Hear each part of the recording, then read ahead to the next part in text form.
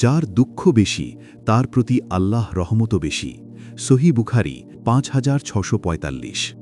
2 সত্য নেকির দিকে পরিচালিত করে আর নেকি জান্নাতে পৌঁছায়, আর মিথ্যা মানুষকে পাপের দিকে নিয়ে যায়, পাপ তাকে জাহান্নামে নিয়ে যায়। বুখারী হাদিস 6094। 3 যে অন্যের বাবা মাকে গালি দিল সে যেন নিজের বাবা মাকেই গালি দিল। বুখারী 5973। 4 জাহান্নামে প্রবেশ করবে না যে সূর্য উদিত হওয়ার পূর্বে এবং সূর্য অস্ত যাওয়ার পূর্বে নামাজ আদায় করবে, অর্থাৎ ফজর ও আসর নামাজ। মুসলিম 630।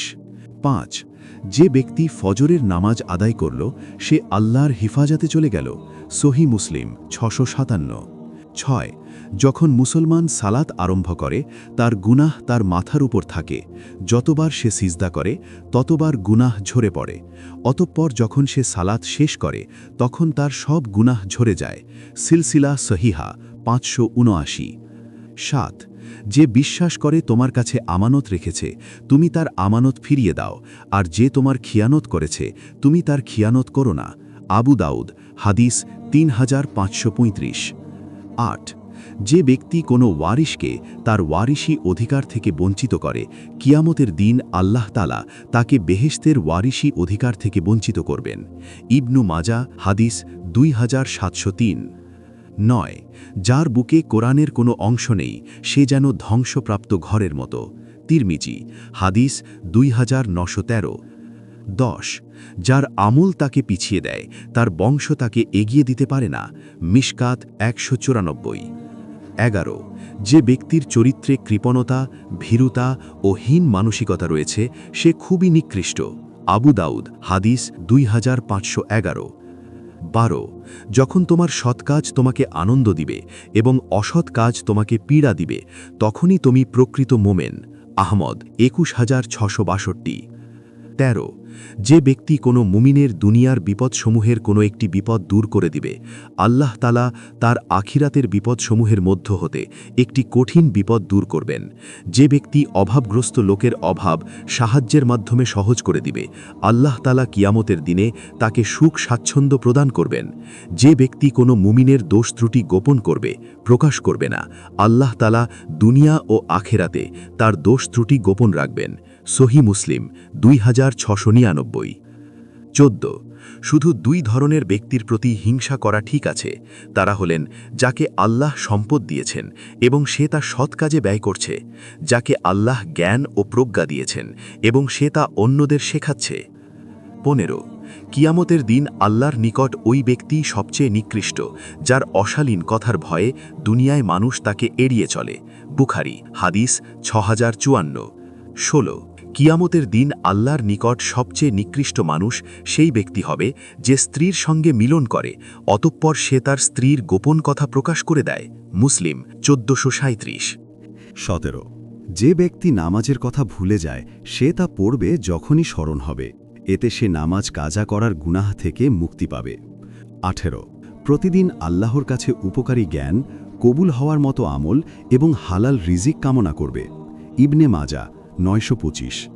19 প্রত্যেক ব্যক্তির শরীরের প্রত্যেকটি গ্রন্থির উপর প্রতিদিনের জন্য সাদাকা ধার্য রয়েছে। 2 ব্যক্তির মধ্যে ইনসাফ করে দেওয়াও একটি সাদাকা। কোনো ব্যক্তিকে সাওয়ারির উপর আরোহণে সাহায্য করা অথবা তার মালামাল সাওয়ারির উপরে তুলে দেওয়াও একটি সাদাকা। সকল প্রকার ভালো কথাই এক একটি সাদাকা। সালাত আদায়ের জন্য মসজিদে যেতে যতটি পদক্ষেপ ফেলা হয় তার প্রতিটি এক একটি সাদাকা, এবং রাস্তা থেকে কষ্টদায়ক বস্তু অপসারণ করাও একটি সাদাকা। মুসলিম হাদিস নং 1009। 20 প্রত্যেকটা জিনিসের পরিষ্কার পরিচ্ছন্নের জন্য একটা ব্রাশ বা মাজন আছে, আর কালব বা মন পরিষ্কার করার জন্য ব্রাশ বা মাজন হল আল্লাহর জিকির। আল্লাহর আযাব হতে মুক্তি দেওয়ার জন্য আল্লাহর জিকিরের চেয়ে অধিক কার্যকর আর কোনো জিনিসই নেই। মিশকাত 2286। 21 তুমি যখন রাস্তা দিয়ে যাও তখন আল্লাহর নামে জিকির করো, কারণ হাসরের দিন ওই রাস্তা তোমার নামে সাক্ষী দেবে।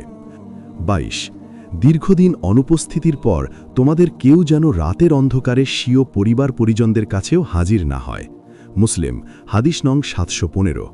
23 যে ব্যক্তি অহংকার, প্রতারণা এবং ঋণ থেকে মুক্ত হয়ে মৃত্যুবরণ করবে তার জন্য জান্নাত অবধারিত। তিরমিজি, হাদিস নং 1572। 24 তোমরা অনুমান থেকে সাবধান থেকো, কারণ অনুমানই হল সবচেয়ে বড় মিথ্যা কথা। এবং একে অপরের গোপন অনুসন্ধান করো না, হিংসা করো না, বিদ্বেষ করো না, একে অপরকে ঘৃণা করো না, বরং আল্লাহর বান্দা হয়ে ভাই হয়ে থেকো। বুখারী, হাদিস নং 6064। 25 তোমরা বিপদে পড়ে মৃত্যু কামনা করবে না, বরং বলবে, হে আল্লাহ, যে পর্যন্ত জীবিত থাকা আমার জন্য কল্যাণকর আমাকে ততক্ষণ জীবিত রাখুন, এবং যখন মৃত্যু আমার জন্য কল্যাণকর তখন আমাকে মৃত্যু দিন। বুখারী, হাদিস নং 5671। 26 দোয়া ছাড়া অন্য কিছুই ভাগ্য পরিবর্তন করতে পারে না, আর নেক আমল ছাড়া অন্য কিছু বয়স বাড়াতে পারে না। তিরমিজি, 2139। 27 তিন ব্যক্তির দোয়া কবুল হয়, এতে কোনো সন্দেহ নেই: পিতামাতার দোয়া, মুসাফিরের দোয়া এবং মাজলুমের দোয়া। আবু দাউদ, 1536। 28 মানুষের মধ্যে সবচেয়ে জঘন্য চোর সে যে তার নামাজের অংশ চুরি করে, নামাজের রুকু সেজদা পূর্ণ করে না। মুয়াত্তায়ে মালিক, 389। 29 তোমাদের মধ্যে কারো যখন নামাজে হাই আসে তখন তার উচিত তা যথাসাধ্য দমন করা এবং হা হা না বলা, কেননা হাই শয়তানের তরফ থেকে আসে, আর সে তা দেখে হাসে। মিশকাত, 986। 30 আল্লাহর নিকট অধিক প্রিয় কাজ ঠিক সময়ে নামাজ পড়া, পিতামাতার সাথে সদ্ব্যবহার করা এবং আল্লাহর রাস্তায় জিহাদ করা। বুখারী, হাদিস নং 5227। 31 তোমাদের মধ্যে সর্বোত্তম সেই ব্যক্তি যে কোরআন শিক্ষা করে এবং অন্যকে শিক্ষা দেয়। বুখারী, হাদিস নং 5027। 32 যে ব্যক্তি আল্লাহর পথে শহীদ হয় তার সকল গুনাহই মাফ করে দেয়া হবে, তবে ঋণের ব্যাপারটি মাফ করা হবে না। নাসাই, হাদিস নং 4684। 33 রোজাদার, উত্তম ব্যবহারকারী, ক্ষুধার্তকে খাবার দাতা এবং রাত জেগে নামাজ আদায়কারীদের জন্য জান্নাতে বিশেষ স্বচ্ছ প্রাসাদ থাকবে, যার ভিতর বাহির দুদিকই দেখা যাবে। তিরমিজি, হাদিস নং 2527। 34 রোজা ও কোরআন কিয়ামতের দিন মানুষের জন্য সুপারিশ করবে। মুসনাদে আহমদ, হাদিস নং 6626। 35 জান্নাতের রাইয়ান নামে একটি দরজা আছে, কিয়ামতের দিন শুধুমাত্র রোজাদাররাই ওই দরজা দিয়ে প্রবেশ করবেন। বুখারী, হাদিস নং 1896। 36 একটি খেজুরের অর্ধেক হলেও দান করে জাহান্নামের শাস্তি হতে নিজেকে হেফাজত করো। বুখারী, 6023। 37 তোমরা সবসময় অজু করো, কারণ কিয়ামতের দিন যারা অজুকারী তাদের হাত পা উজ্জ্বল থাকবে। বুখারী, 136। 38 যখনই নামাজে দাঁড়াবে জীবনের শেষ নামাজ মনে করবে। ইবনু মাজা, হাদিস 4171। 39 জান্নাতের সবচেয়ে নিকটবর্তী আমল হল সময় মতো সালাত আদায় করা। সহি মুসলিম, 260। 40 যে ধোঁকা দেয় সে আমার উম্মতের অন্তর্ভুক্ত নয়। মুসলিম, হাদিস নং 102। 41 সূরা ফাতিহা তোমরা ধীরে ধীরে পাঠ করো, কারণ মহান আল্লাহ নিজে তার জবাব দেন। মুসলিম, 910।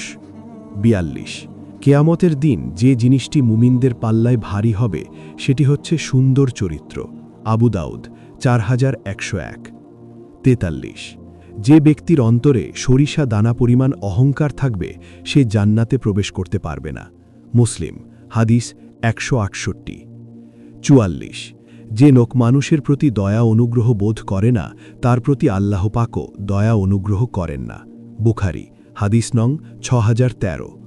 45 তোমরা ক্রয় বিক্রয়ে অতিরিক্ত শপথ করা থেকে সাবধান থাকবে, কারণ এতে সাময়িক লাভ হলেও পরে তা ধ্বংস ডেকে আনে।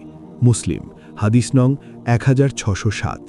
45 সৎ, সত্যবাদী ও বিশ্বস্ত ব্যবসায়ী কেয়ামতের দিন নবী, সিদ্দিক ও শহীদদের সাথে থাকবে। তিরমিজি, হাদিস নং 1219।